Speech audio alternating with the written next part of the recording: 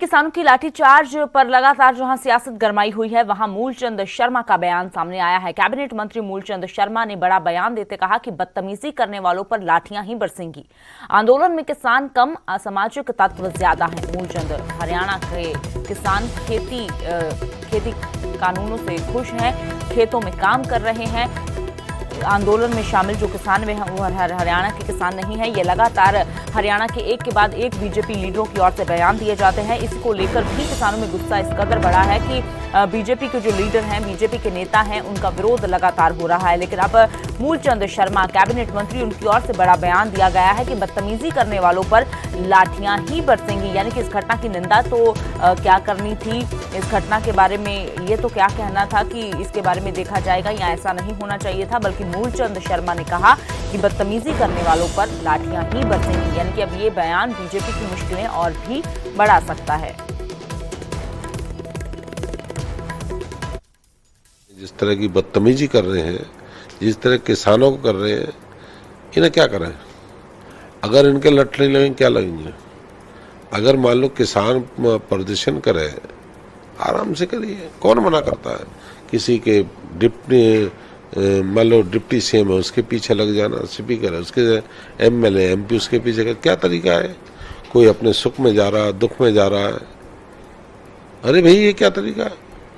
अब किसान क्या है कि इसमें तो ऐसा असामाजिक तत्व ज्यादा है, इसमें वो जो किसान ही नहीं है।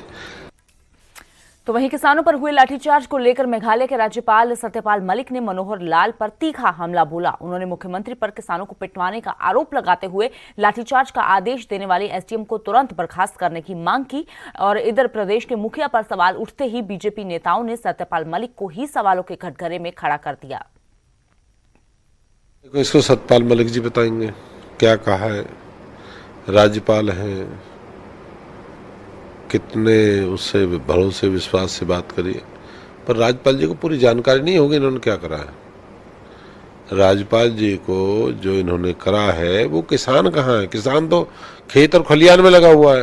देखिए, सतपाल मलिक जी को इस प्रकार का लगता है कोई बात, तो जहां तक मुझे लगता है, जो राजनीतिक बात है जो मुझे लगती है, क्योंकि सतपाल मलिक जी का कार्यकाल पूरा है गया और बीजेपी 70 साल से आगे टिकट देती नहीं, चुनाव लड़ने के लिए इजाजत नहीं देती।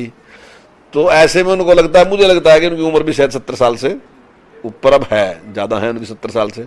तो ऐसे में वो अपना राजनीतिक भविष्य तलाश रहे हैं और इसलिए अगला चुनाव कहाँ से लड़ा जाए, कैसे लड़ा जाए, शायद उनके दिमाग में इस प्रकार की बात है।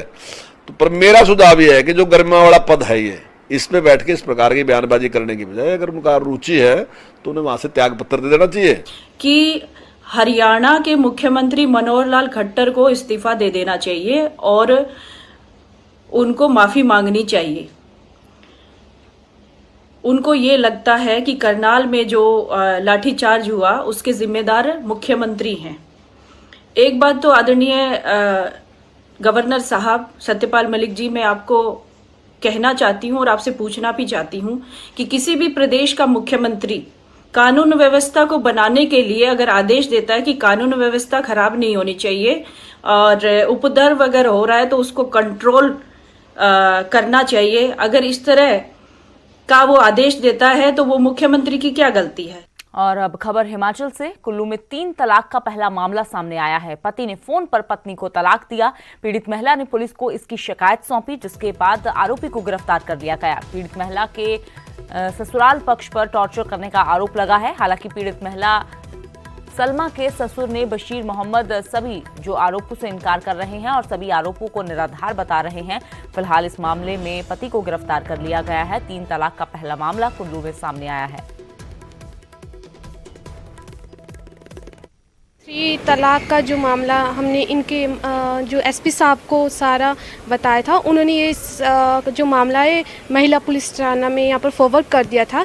तो आज मतलब इस चीज़ के हमारी काउंसलिंग हुई और उन्होंने जो मेरे पास सबूत थे उस चीज़ को सामने रखते हुए जो दोषी है मतलब उनको पनिशमेंट के लिए गिरफ्तार कर दिया है। वो ये गई थी मायके में ना, उसने बोला था घर आ जा, ये चाहती है कि वहाँ माँ बाप के पास रहना। मैं इकलौता बेटा है, एक बेटा है मेरे पास, वो बोलता है मैं अपने माँ बाप को छोड़ के नहीं जाता हूँ।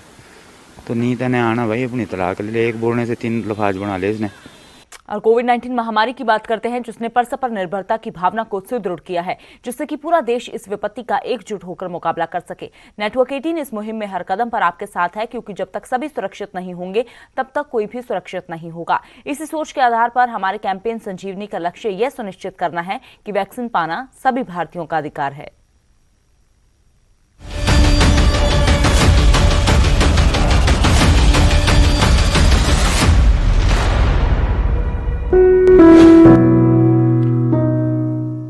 तो कोरोना काल में पैदा हुए कुछ सवालों की बात करते हैं। क्या सैनिटाइजर हानिकारक है? क्या टीका आपके डीएनए को प्रभावित करता है? और क्या टीकाकरण आपको कोविड-19 से संक्रमित कर सकता है? अगर ये सवाल आपके मन में भी हैं तो आपके फोन पर ही इनका जवाब मिलेगा। नेटवर्क 18 और फेडरल बैंक के राष्ट्रव्यापी वैक्सीन जागरूकता अभियान के तहत कोविड-19 के खिलाफ व्हाट्सएप हेल्पलाइन शुरू की गई है। आपने बस 7977773753 पर व्हाट्सएप करना है।